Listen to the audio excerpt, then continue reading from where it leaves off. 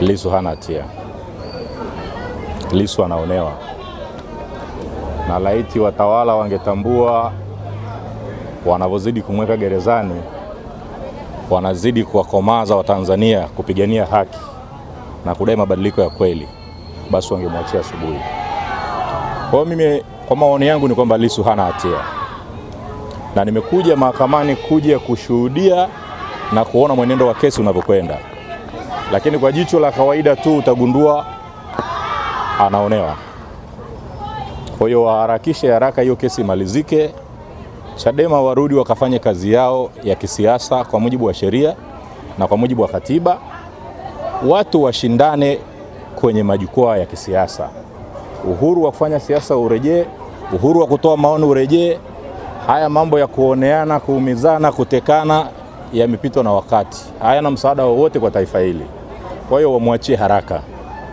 Lakini huu sio msimamo wa chama, huu ni msimamo wako binafsi, kwa sababu hata kiongozi mmoja wa Chauma hatujai kumsikia akisema chochote juu ya mwenendo wa kesi. Pengine wewe umekengeuka au pengine unarejea nyumbani. Na msimamo pia niongeza msimamo wa makada wenzako wa Chauma ni kwamba Lissu kuwa ndani manake ni sehemu ya mikakati ya kujinufaisha baadhi ya viongozi waandamizi wa Chadema. Hili manake ni kama linakinzana na kile ambacho lugha ya makada wa Chauma wanaozungumza ya kuhusu Lissu au kuhusu viongozi wa Chadema ni maneno ya hovyo kabisa. Yapaswa hata kuzungumzwa na viongozi wa vyama vya kisiasa. Vyama vya upinzani vinapaswa kuungana kuzungumza lugha moja. Na kazi ya vyama vya siasa ni kuikosoa serikali iliyoko madarakani ili vyenyewe viingie madarakani. Hayo ndio malengo ya chama cha siasa. Kwa hiyo ukimuona mwanasiasa wa chama cha upinzani anakikosoa chama kingine cha siasa, malengo yake yako kwenye mrengo wa watawala. Na nyinyi mnafahamu viko vyama vya namna hiyo. Sasa mimi leo sitaki kuzungumza mambo mengi, ila nitazungumza na vyombo vya habari hivi karibuni, nitaeleza msimamo wangu. Kwa hiyo nitawaita siku sio nyingi, tutazungumza. Umekuwa ukikosoa sana Chauma, ni tofauti kabisa na vile ambavyo ulijiunga mwanzoni. Hii ndio kusema kwamba inawezekana kuna baadhi ya sera ambazo wakati unaingia hivi sasa unaona ni kama haziko sawa sawa, na badala yake unakuwa ukimpambia maua Chadema na watu wana kwenye maswali magumu kuhusu wewe sasa. No, hawako sawa. Hawako sawa, nimewaambia mara nyingi na nimewaambia mara kadhaa. Nimewaambia chama cha siasa wajibu wake mkubwa ni kuikosoa serikali iliyoko madarakani. Wajibu wake mkubwa ni kuikosoa serikali iliyoko madarakani. Sasa kama chama cha siasa ukiona wanatoka viongozi wa chama kingine, wanakosoa viongozi wa chama kingine, sio hilo jambo liko sawa sawa. Nimewaambia ndani, nimewaambia kote tulikokutana, nikawaambia mnapaswa kutoa majawabu. Sisi ni chama cha siasa. Bahati mbaya, naweza nikasema bahati mbaya, kimeshiriki uchaguzi wa 2025. 2025 sio? Uchaguzi ambao mazingira yake kila mtu anayajua. Sasa ukiona chama cha siasa kinakaa kimya na kinashiriki uchaguzi wa namna ile, kinakwenda kushiriki mshindi wa CCM katika matokeo ambayo hayaeleweki, kinashiriki kutangazwa kwake, kinashiriki kuapishwa kwake, nimewakosoa ndani nikawaambia hamko sawa sawa. Hamko sahihi. Mnaonekana mko mrengo huo. Kwa hiyo hilo wanaelewa na wananichukia kwenye jambo hilo, lakini mimi ni msimamo wangu, nimewaambia hamko sawa sawa kwenye kutimiza wajibu wenu kama chama cha siasa. Kwa hiyo nilitarajia wao ndo wangetoka na maoni makali zaidi, walaani mauaji yaliyotokea, mauaji ya vijana waliouawa bila hatia, watoke walaani uchaguzi ulivyoendeshwa, walaani matokeo waliojipangia, walikuwa wazungumze wao. Wao ndo walitakiwa watoe lawama hasa kwa sababu walishiriki uchaguzi. Lakini unaona wao wanashiriki na wale ambao waliwakandamiza. Hii ni jambo la ajabu sana. Ndio maana mimi nimeshindwa kuelewana nao. Nimewaambia wazi, kwa namna hii hatuwezi tukasema sisi ni chama cha siasa.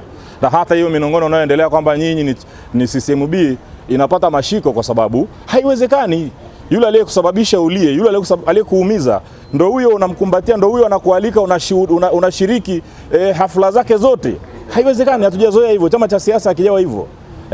Hatujawahi kuwa hivyo. Wewe unagombea urais, unapewa kura namba za viatu na unakwenda unashiriki. Unashiriki katika hatua zote za kukabidhiwa cheti, unashiriki hatua zote za kuapishwa, unashiriki kila hatua. Sasa tunakuelewaje? Na Watanzania hawawezi kutuelewa ndugu zangu. Kwa sababu wajibu wa chama cha siasa chochote nchini ni kushika dola. Madhumuni yake ni hayo. Sasa ukitoka kwenye madhumuni yao, na wajibu mkubwa sasa ili kuelekea huko ni wajibu wa kuikosoa serikali iliyoko madarakani. Sasa tukiondoka kwenye kuikosoa serikali, sisi tunafanya nini? Hatuna tunachokifanya kwenye siasa. Manake wajibu wetu wa vyama vya upinzani vyote ni kuikosoa serikali iliyoko madarakani kwa sera zake, namna wanavyoendesha nchi, namna wanavyokwenda.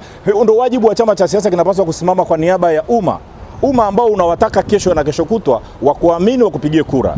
Kwa hiyo wanapokwenda tofauti, ndio maana sisi wengine tumejitanabaisha wazi, tukawaambia hamko sawa sawa, hili haliko sawa, na huo ni msimamo wangu kwamba hawako sawa sawa, na narudia tena, Chauma haiko sawa hata kidogo.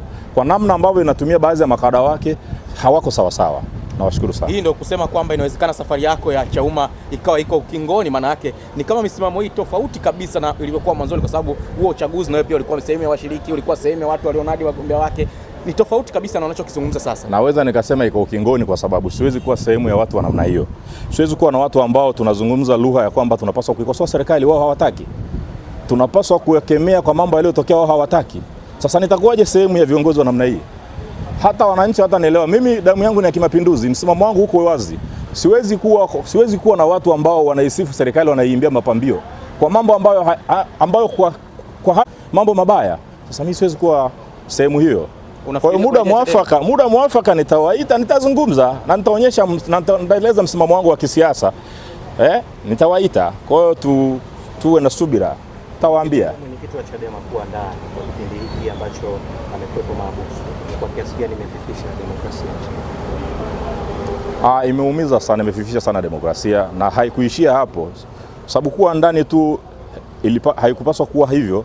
Wameenda mbali zaidi, wamekizuia chama chenyewe kisifanye siasa. Wamekizuia kukutana na wananchi, wamezuia mali za chama hicho. Sasa kwa vyovyote vile, kwa vyovyote na mtu yoyote mtakubaliana na mimi, Chadema ndio chama kikuu Tanzania cha siasa. Ndio chama kikubwa. Sasa ukikizuia chama kama hiki ambacho ndio chama kiongozi, ndio ambacho kinapaswa kutoa mwelekeo wa siasa za nchi hii. Kwa hiyo kwa vyovyote vile na ukamkamata mwenyekiti wa chama hicho ukamweka ndani kwa mashtaka ambayo ni ya kubumba kama inavyoonekana, basi kwa vyovyote vile itafifisha tu. Kwa hiyo kwa vyovyote imefifisha sana demokrasia ya nchi yetu na inarudisha nyuma mapambano, lakini kwa njia nyingine wanamkomaza kisiasa, wanamuimarisha, kwa sababu dhahabu ili ing'ae lazima uipitishe kwenye moto. Kwa hiyo wao wanamngarisha bila kujua wanamngarisha. Lissu aliyeingia ndani karibia takriban mwaka sasa, atatoka akiwa Lissu mwingine tofauti kabisa, kwa sababu wao ndo wamemngarisha kwa maumivu ambao wanampitisha, lakini Watanzania asilimia kubwa kwa mamilioni wako nyuma yake. Unaona wanazidi kuongeza matumaini kwake, na wana matumaini tu kwake kwamba siku moja atarudi na haki itapatikana tena katika nchi yetu hii. Asante sana. Nashukuru.